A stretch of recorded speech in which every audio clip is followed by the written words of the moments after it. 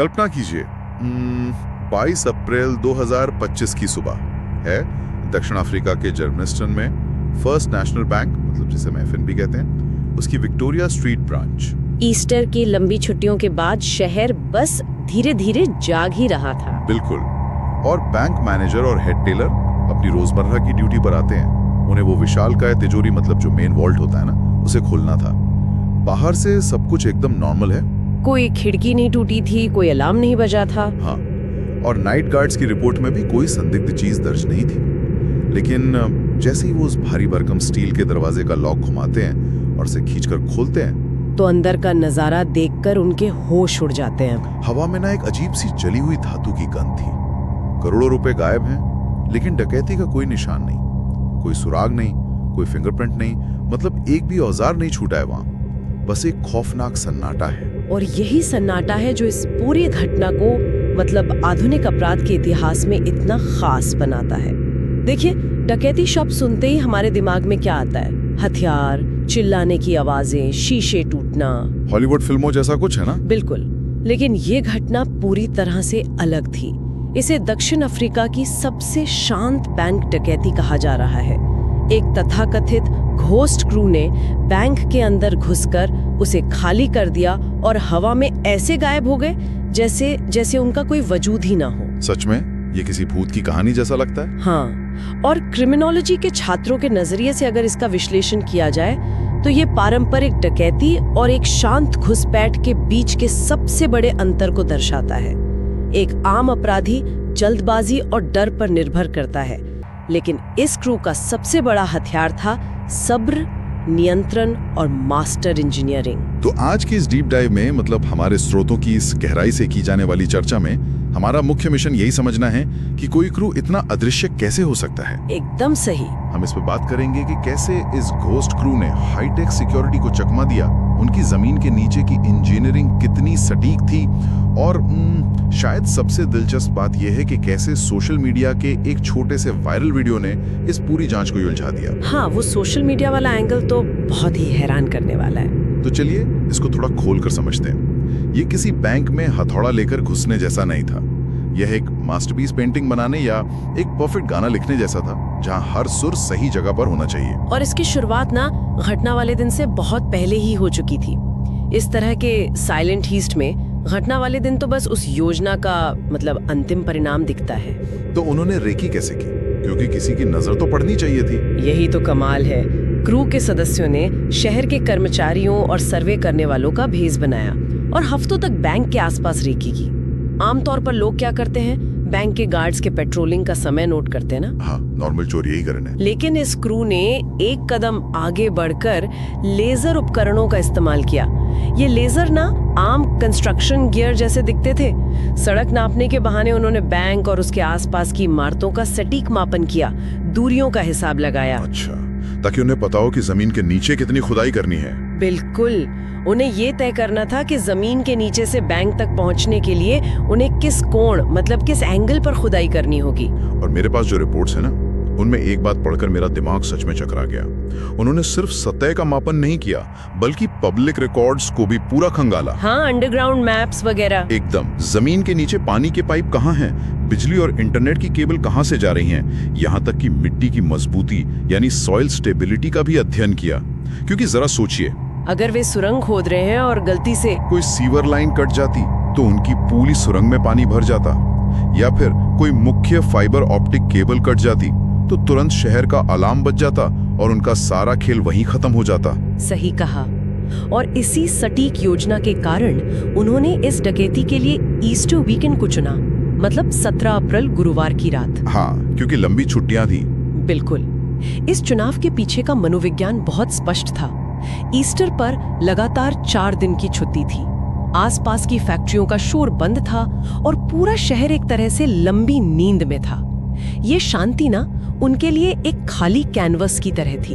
और मैं मानकर चल रहा हूँ कि इस क्रू में हर कोई अपने काम में माहिर होगा, मतलब ये कोई सड़क छाप चोरों का काम नहीं था। अरे बिल्कुल नहीं। इस क्रू में हर काम के लिए एक विशेषज्ञ था।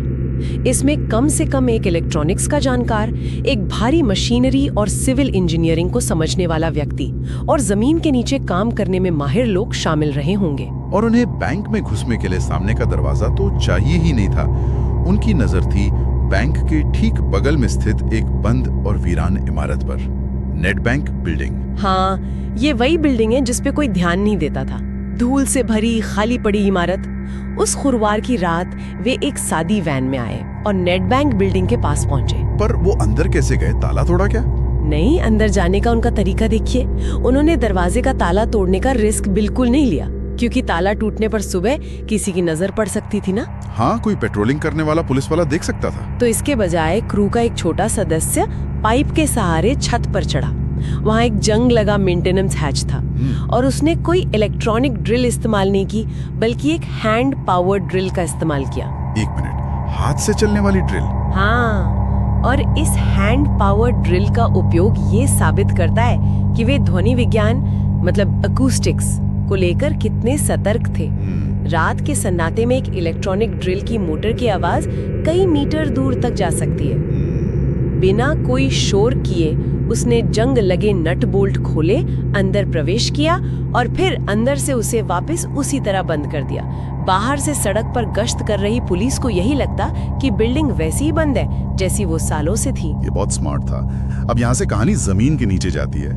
बेसमेंट में पहुंचकर उन्होंने एफएनबी बैंक की तरफ सुरंग बनाना शुरू किया।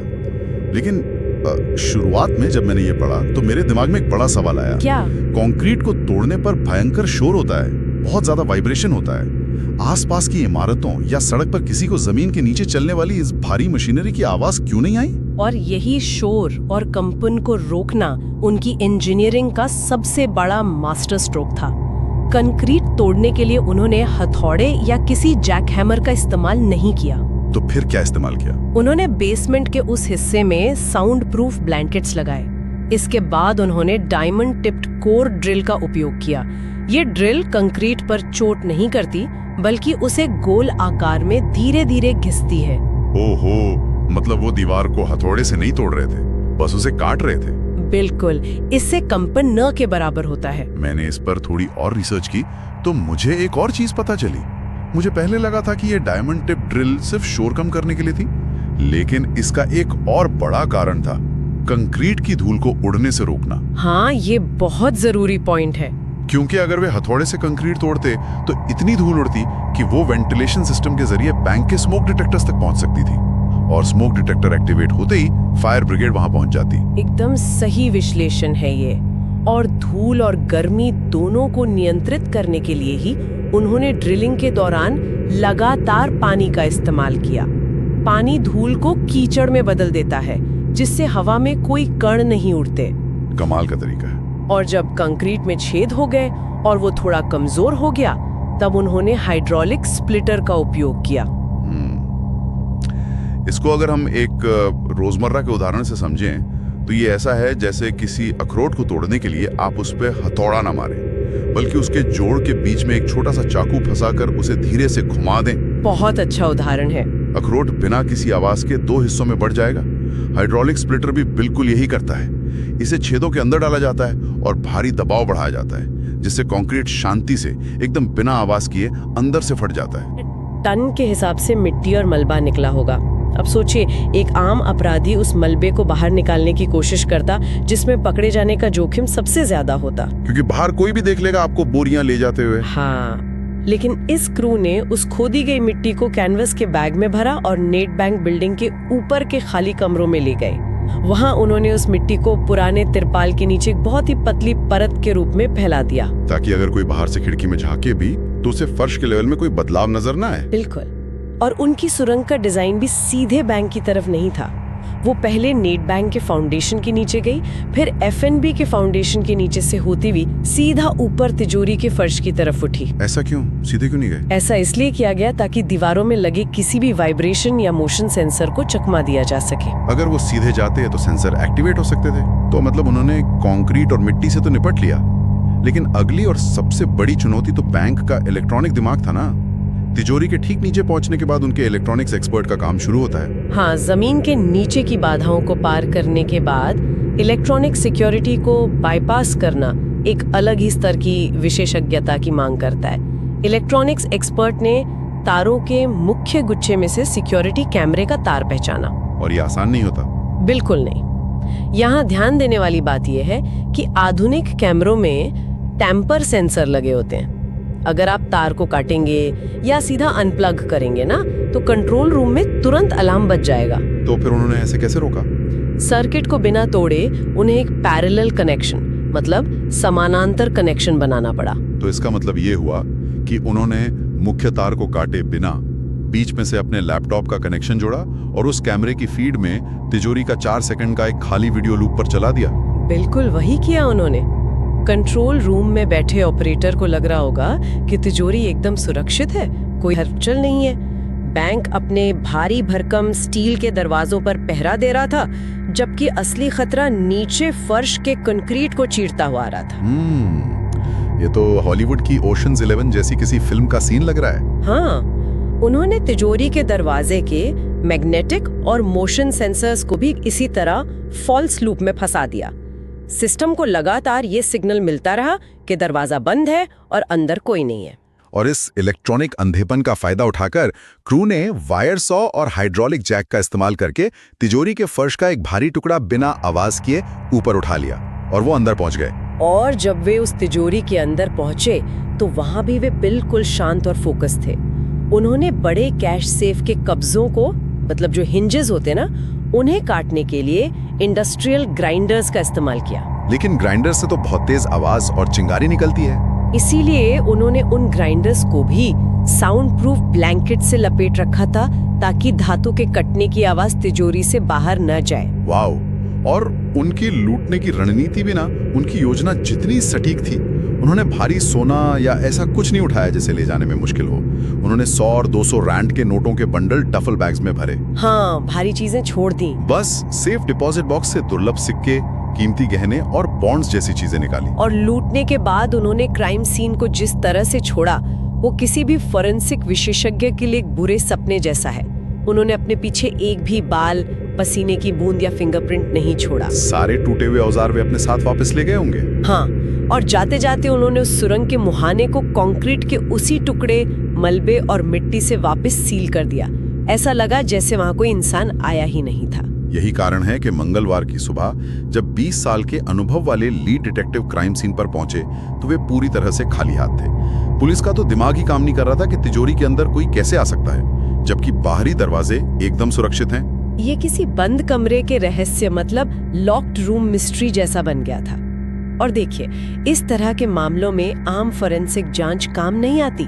यहीं पर सबटेरेनियन यानी जमीन के नीचे के क्राइम सीन प्रोटोकॉल की अहमियत सामने आती है। वो क्या होता है? देखिए, जांचकर्ताओं को जमीन पर या दरवाजों पर सुराग ढूंढने की आदत होती है, लेकिन यहाँ एक युवा पुलिस अधिकारी की नजर फर्श के कोने में एक हल्की सी चौकोर दरार पर पड़ी, जो नॉर्मल नहीं लग रही थी। अच्छा।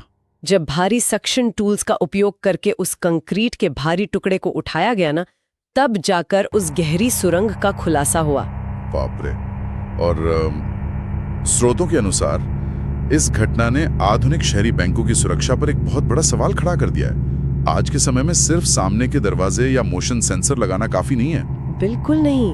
शहरों में बैंक पुरानी इमारतों के बगल में होते हैं, तो अर्बन बैंकिंग इंस्टीट्यूशंस को अब अपनी बेसमेंट की सुरक्षा में स्ट्रक्चरल और अंडरग्राउंड सेंसर्स लगाने की सख्त जरूरत है, जो जमीन के नीचे होने वाले मामूली कंपन या ड्रिलिंग को भी पकड़ सके। हाँ, इसके अलावा बैंकों को सिस्मिक डिटेक्टर्स का उपयोग करना होगा, जो भूकंप मापने की तकनीक पर काम करते हैं। कोई भी मशीन अगर कंक्रीट के आसपास काम कर रही है तो वो एक खास फ्रीक्वेंसी पैदा करती है, जिससे ये सेंसर आसानी से पकड़ सकते हैं। मतलब बैंक ने ऊपर तो किलेबंदी कर रखी थी, लेकिन उनकी जमीन एकदम कमजोर थी। सही कहा। अब देखिए, इस कहानी का सबसे अजीब और उलझा देने वाला हिस्सा आता है। एक तरफ जमीन पर पुलिस को कोई सुराग नहीं मिल रहा था, लेकिन दूसरी तरफ डिजिटल दुनिया में एक बहुत बड़ा धमाका हो गया। हाँ, सोशल मीडिया वाला एंगल। डकैती के कुछ ही दिनों बाद टिकटॉक पर @Mashalo95SK नाम के एक यूजर का वीडियो वायरल हो गया। इस वीडियो में एक आदमी, जो किसी टैक्सी ड्राइवर जैसा दिख रहा था, बिस्तर और कार में 100 और 200 रैंड के नोटों की भारी गड्डियों के साथ पोज दे रहा था। और ये बिल्कुल वही करेंसी थी जो बैंक से गायब हुई थी। हाँ। और इस घटना ने ना जांच का पूरा रुख ही बदल दिया। अगर हम इस स्थिति की तुलना 1977 की प्रसिद्ध क्रूगर्स ड्रॉप टनल डकैती से करें, तो जांच के तरीकों में एक बहुत बड़ा ऐतिहासिक अंतर नजर आता है। 1977 में तो इंटरनेट ही नहीं था। बिल्कुल, उस समय पुलिस की जांच पूरी तरह से भौतिक सुरागों पर निर्भर थी। उन्होंने सुरंग में छूटे सिगरेट के बट, जूतों के निशान और खुदाई के लिए इस्तेमाल किए गए फावड़ों के ब्रांड का पता लगाया था। और फिर दुकानों पर जाके पूछताछ की होगी। हाँ, वे हार्डवेयर स्टोर के मालिकों से पूछताछ करके अपराधियों तक पहुंचे थे। तब जांच की एक सीधी रेखा थी, लेकिन आज के डिजिटल युग में वो सीधी रेखा एक उलझे हुए धागे में बदल जाती है। जैसे ही वो टिकटॉक वीडियो वायरल हुआ ना, ऑनलाइन स्लूथ्स, मतलब इंटरनेट के जो शौकिया जासूस होते हैं, वो हरकत में आ गए। हाँ, हर कोई खुद को डिटेक्टिव समझने लगता है। पूरे इंटरनेट पर मीम्स बनने लगे, थ्योरीज गढ़ी जाने लगी कि अरे हमें डकैत मिल गया है। उस आदमी की गिरफ्तारी की झूठी खबरें भी हर जगह फैल गईं। और इस डिजिटल गॉसिप ने आधुनिक जांच के सामने एक ऐसा शोर पैदा कर दिया जिसने असली काम को पीछे धकेल दिया। फोरेंसिक और जांच के नजरिए से ये पुलिस के लिए एक बहुत बड़ी बाधा थी। क्योंकि पुलिस को अफवाहें भी तो साफ करनी पड़ती है ना। बिल्कुल, पुलिस का काम सबूत इकट्ठा करना होता है, अफवाहों का खंडन करना नहीं। लेकिन इस शोर के कारण पुलिस और मीडिया का सारा ध्यान उस एक व्यक्ति पर केंद्रित हो गया। उन्हें अपनी ऊर्जा और संसाधन ये जांचने में लगाने पड़े कि क्या वो व्यक्ति वास्तव में डकैती से जुड़ा है या वो सिर्फ सोशल मीडिया पर, जिसे हम क्लाउड कहते हैं, वो पाने के लिए दिखावा कर रहा है। और अपराधियों के मनोविज्ञान को समझने वाले किसी भी व्यक्ति के लिए ये एक बहुत बड़ा सवाल है। क्या ये वास्तव में उस यूजर की बेवकूफी थी? अक्सर देखा जाता है कि अपराधी अपना अपराध छुपा नहीं पाते और शो ऑफ करने के चक्कर में पकड़े जाते हैं। हाँ, ऐसा होता है। जिसने भी डकैती का वो पहला नियम तोड़ा कि पैसों के साथ शांत रहो, शायद वो क्रू का एक नौसिखिया सदस्य था। ये एक संभावना है, लेकिन एक दूसरी संभावना भी है जो इस क्रू की अब तक की कार्यप्रणाली को देखते हुए ज्यादा सटीक लगती है। वो क्या? क्या ऐसा हो सकता है कि ये क्रू द्वारा सोच समझकर फेंका गया एक प्लान्ड डिस्ट्रैक्शन हो? मतलब जानबूझकर ध्यान भटकाने के लिए? हाँ, एक ऐसा क्रू जो सुरंग बनाने में एकॉस्टिक्स का इतना शानदार इस्तेमाल करता है, जो कैमरों के टेम्पर सेंसर को चकमा दे सकता है और जो तिजोरी में अपना डीएनए का एक अंश तक नहीं छोड़ता। क्या वो सोशल मीडिया पर आकर इतनी बड़ी और बचकानी गलती करेगा? ये थ्योरी मुझे सच में हैरान कर रही है। मतलब क्या उन्होंने जानबूझकर उस टैक्सी ड्राइवर को कुछ पैसे देकर ये वीडियो बनवाया था ताकि उसे एक डिजिटल मोहरा यानी डिजिटल डिकॉय बनाया जा सके? बिल्कुल मुमकिन है। अगर ऐसा है तो ये उनकी योजना का सबसे खतरनाक और स्मार्ट हिस्सा था। उन्होंने पुलिस और जनता के ट्रू क्राइम के प्रति जुनून को ही अपने फायदे के लिए इस्तेमाल कर लिया। जब तक पुलिस इस डिजिटल गॉसिप के चक्रव्यूह से बाहर निकलती और उस आदमी से पूछताछ करती, तब तक असली क्रू उन पैसों के साथ देश की सीमा पार कर चुका होगा या हमेशा के लिए गायब हो गया होगा। इस संभावना से इनकार नहीं किया जा सकता। 1977 में अपराधी पुलिस को भटकाने के लिए झूठे भौतिक सुराग छोड़ते थे, लेकिन 2025 में उन्होंने भटकाने के लिए सोशल मीडिया के एल्गोरिदम का इस्तेमाल किया। तो वायरल प्रसिद्धि ने आधिकारिक जांच में मदद करने के बजाय उसे पूरी तरह से पंगु बना दिया। पुलिस को एक ऐसे डिजिटल फुटप्रिंट का पीछा करना पड़ा जो शायद जानबूझकर उनके लिए ही छोड़ा गया था। और इस पूरी घटना के विश्लेषण से कुछ बहुत स्पष्ट बातें सामने आती हैं। ये केवल एक बैंक डकैती की कहानी नहीं है। यह तकनीक, इंजीनियरिंग और मानव मनोविज्ञान का एक ऐसा खेल है जहां नियम पूरी तरह से बदल चुके हैं। हाँ, आधुनिक बैंकों के लिए ये एक चेतावनी है कि खतरे केवल सामने के दरवाजे या हैकिंग के जरिए नहीं आते, वे जमीन के नीचे से बिल्कुल खामोशी से भी आ सकते हैं। सुरक्षा का मतलब केवल अभेद्य दीवारें बनाना नहीं है, बल्कि उन दिशाओं में भी नजर रखना है जहां से हमले की कोई उम्मीद ही ना हो। और कानून लागू करने वाली एजेंसियों के लिए ये इस बात का सबक है कि डिजिटल युग में सबसे बड़ा सुराग सबसे बड़ा भटकाव भी हो सकता है। उन्हें सोशल मीडिया के शोर के बीच असली जांच को केंद्रित रखने के नए तरीके खोजने ही होंगे। बिल्कुल। इस डीप डाइव के अंत में मैं सुनने वालों के लिए एक विचार छोड़कर जाना चाहूंगा। जरा सोचिए, उस क्रू ने हर उस आवाज को दबा दिया जो उन्हें पकड़वा सकती थी। उन्होंने कंक्रीट को मक्खन की तरह काटा, इलेक्ट्रॉनिक सिस्टम को अंधा कर दिया और हवा में विलीन हो गए। और कोई सुराग नहीं छोड़ा। तो क्या ऐसा क्रू सोशल मीडिया पर इतना शोर मचाएगा? या उन्होंने ये साबित कर दिया है कि आज के दौर में पुलिस से भागने के लिए आपको सिर्फ तेज दौड़ने की जरूरत नहीं है, बल्कि आपको इंटरनेट पर बस एक वायरल झूठ छोड़ना है और दुनिया खुद ब खुद आपका काम कर देगी। ये सच में सोचने वाली बात है। इस बारे में सोचिएगा जरूर। हमारी इस गहराई से की गई चर्चा में हमारे साथ जुड़ने के लिए आप सभी का धन्यवाद। सीखते रहें और हर जानकारी पर सवाल उठाते रहें।